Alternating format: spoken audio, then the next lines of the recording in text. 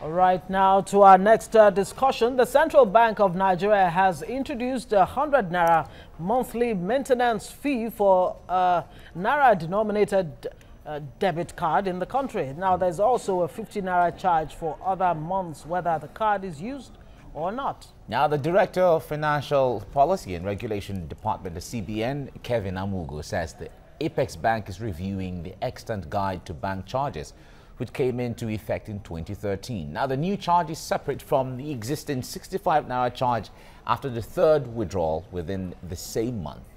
The Apex Bank also introduced a 4,200 naira per annum charge on foreign currency denominated cards as maintenance fee and a 50 naira charge on every check leaflet obtained and used. You're saying you are going cashless. You say even I use the card or not. You're not giving me an option. I mean, in other countries, it's optional for you to obtain a debit card, to operate your debit card or not. It's only when you use your debit card you are charged. You are not telling me mandatory. Every month. It's not every year. And we are in recession. We are crying. The masses are crying that things are hard. And the CBN that is supposed to make cashless, you need to make the cashless policy attractive so that every Nigerian will embrace it. Okay, joining us now is a forensic accountant, Oriade Adeyemo. Good morning and thanks for joining us on the show. Good morning. Good morning. What do you make of this at a time when the Central Bank of Nigeria at least tells us that it's looking for ways to draw the unbanked customer into the banking system, and then you come up with all this, back and forth? What do we make of it? Well, what I see is that there is a big crisis in the banking industry. And what the CBN is now doing is CBN is looking for ways to enrich the bottom line of these banks and at the expense of the average Nigerian, because a lot of the fees being propagated by CBN for banks to charge their customers, to me, they are a total rip-off. They are needless. It is the same CBN that says, oh, we want to move from cashless policy, from naira to a cashless policy and all what sort. They came up with some policy to say if you withdraw beyond X amount of money from your corporate account, banks will charge you so interest, penalty.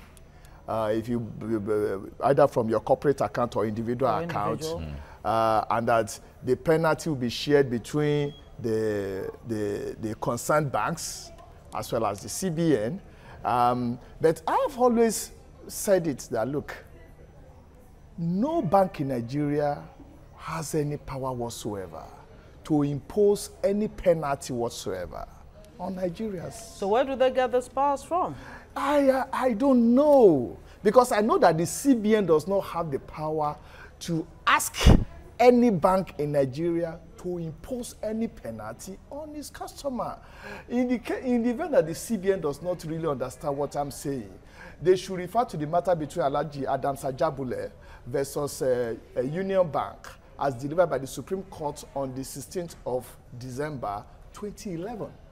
So said, no bank in Nigeria can do that. And there are plethora of authorities, precedents, to support both local and foreign to support my position. So now, the way I look at it is this. Look at CBN. When the current Emir of Kano, Alhaji Sanusi, was the CBN governor, he made a policy. He said, look, by December 31, 2015, Commission on Turnover, which is based on withdrawal, will gradually move from 3 naira per mil, that is 3 naira per 1,000 naira pro rata, based on withdrawal, to one naira 3 naira per meal in 2013, 2 naira per meal in 2014, 1 naira per meal in 2015. Okay, sorry. Let me put you on hold. Let me put you on hold because the point you're making now is very vital, but we have to go on a break and then we come back for you to take it up from there. Stay with us on TVC Breakfast. We're looking at the banks and the charges. Stay with us.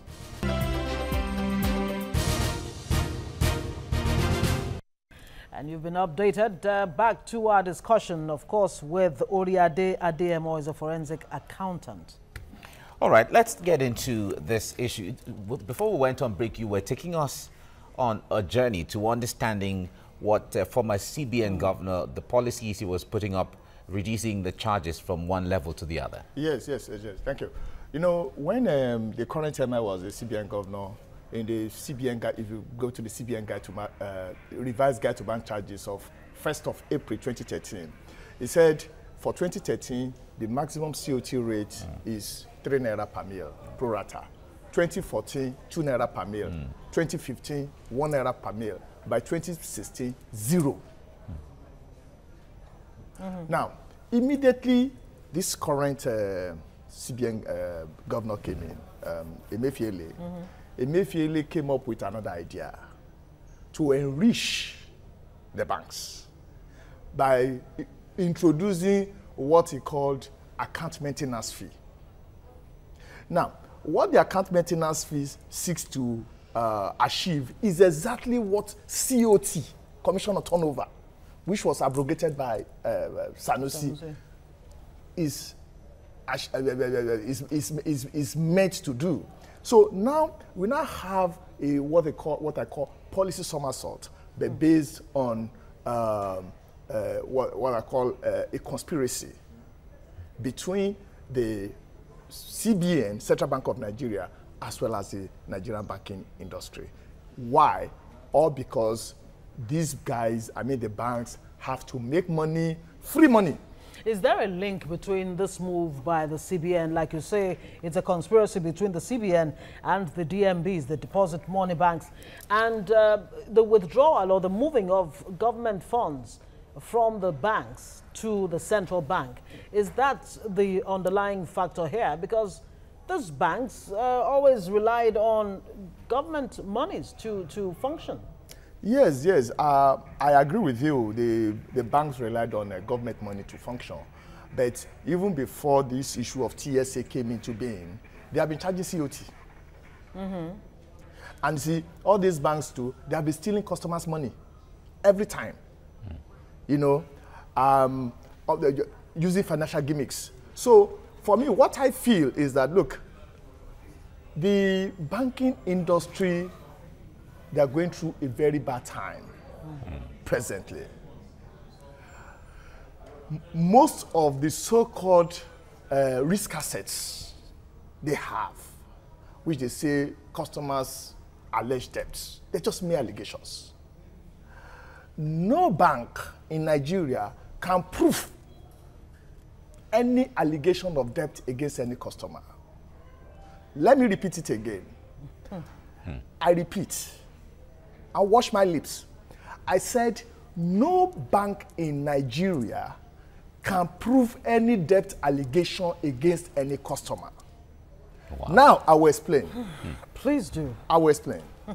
Now, pursuant to the provision of Section 51 of the 1st of June 1945 Evidence Act, as amended on the 26th of July 2011. Did you say 1945? 1945, sir. 1945.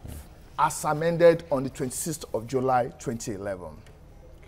Section 51 thereof says that any statement of account, whether in hard copy or in soft copy, to which a court of competent jurisdiction will have the opportunity of making an inquiry into, is admissible in evidence. But however, such shall not form the basis of any liability against any party, except the entire contents therein is proven beyond the preponderance of doubts. Wow. So, in other words, the onus of proof or the burden of proof of any alleged indebtedness against any customer lies on the maker or the asserter, which is the bank. Okay. We'll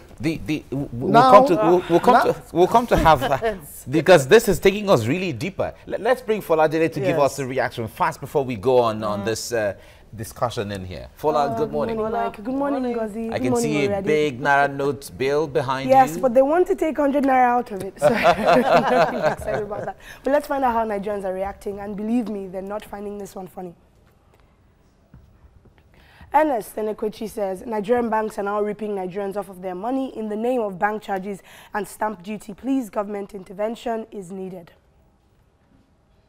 Mr. Graphic says, if only you're from Nigeria, you will know how painful it is to receive debit alerts you don't even understand from your bank. Latanya says, CBN governor is bonkers. All over the world, recession is time for quantitative easing to improve liquidity, not for extra tax burden and charges. Jonathan Ukute says the central banks is more interested in protecting the banks than the masses because there's always a new charge to be paid. Oriade, quickly, do you agree with that? Yes. That the central banks are more interested in protecting the banks. The banks, yes, that's correct. Masses, yeah. I agree. Next one from Kazman, who says, who is CBN governor, please? We need to talk. Chukuma Eziashi says, the way the CBN governor thinks and acts, I'm beginning to wonder if he lives in Nigeria. ATM charge, stamp duty, monthly maintenance fee. Arinze Chukwune says, in time of depression, Nigeria's government and CBN are busy causing hardship on common Nigerians. And the last one here from Ibrahim Samuel Gbale, who says CBN should clarify these charges. Are the charges for those who use the ATM or those who didn't during the month, or both? That is a fair question. I mean, really, should I get charged if I didn't use my ATM card? You know, but I was talking to someone actually, Oriade, really quickly before I go, because I know you were getting in a very deep discussion. But I was talking to someone who said, oh, it's 100 Naira. Nigerians, you know, Nigerians won't feel it. But that's for Nigerians who have jobs. That's for Nigerians who can afford that. But I mean, we're talking about Nigerians who are willing to go to their own banks to withdraw just to avoid the percentage that comes out. So what do you think about that statement? Nigerians won't feel it because it's just 100 Naira. Yes, you see, that is part of the rip-off I've been talking about. If you want to, you are saying you want to move from an economy that uses cash for transactions to a cashless economy. What the CBN ought to do is to ensure that they make the electronic transactions not only affordable, but they should also make it very attractive. Right. And efficient. And efficient. You will recall that when they started with this ATM stuff, a lot of Nigerians lost their money to the ATM scam going on then, where you are inside your house with your ATM card, someone is making some transactions using your ATM, and you are with your ATM card. It's still happening. At least I experienced it early this year. Yes. and up till now, nothing has been done. Now, when Sanusi was there, he came up with a policy of 100 Naira for usage of ATM. Nigerians cried out, he reduced it to 65. Nigerians cried out, he cancelled it. This man came, Emefiele, he restated 65. Now they're saying that even on the 65, it has to be after 3 uses. But lo and behold, but that is not what that's not what is happening. Every transaction, every transaction they charge you. Okay. Everything, deposits, withdrawal, everything. And we also have to talk about how POSs don't work everywhere as well. So you still have to go withdraw. Exactly. Yes. Fola, thank you very much. I have to let you go here now. Now, Oriade, there's just so much to talk about. Yes, indeed. But as we cap it up right now, What is the way forward? We expect that with all of this, because what they are doing tend to be illegal from what you were quoting earlier. Apparently. So how do we handle this? Nobody's suing the central bank. Nobody's suing the banks to court. There's no class action. Now, let me tell you something. Ordinarily, I, for one, will have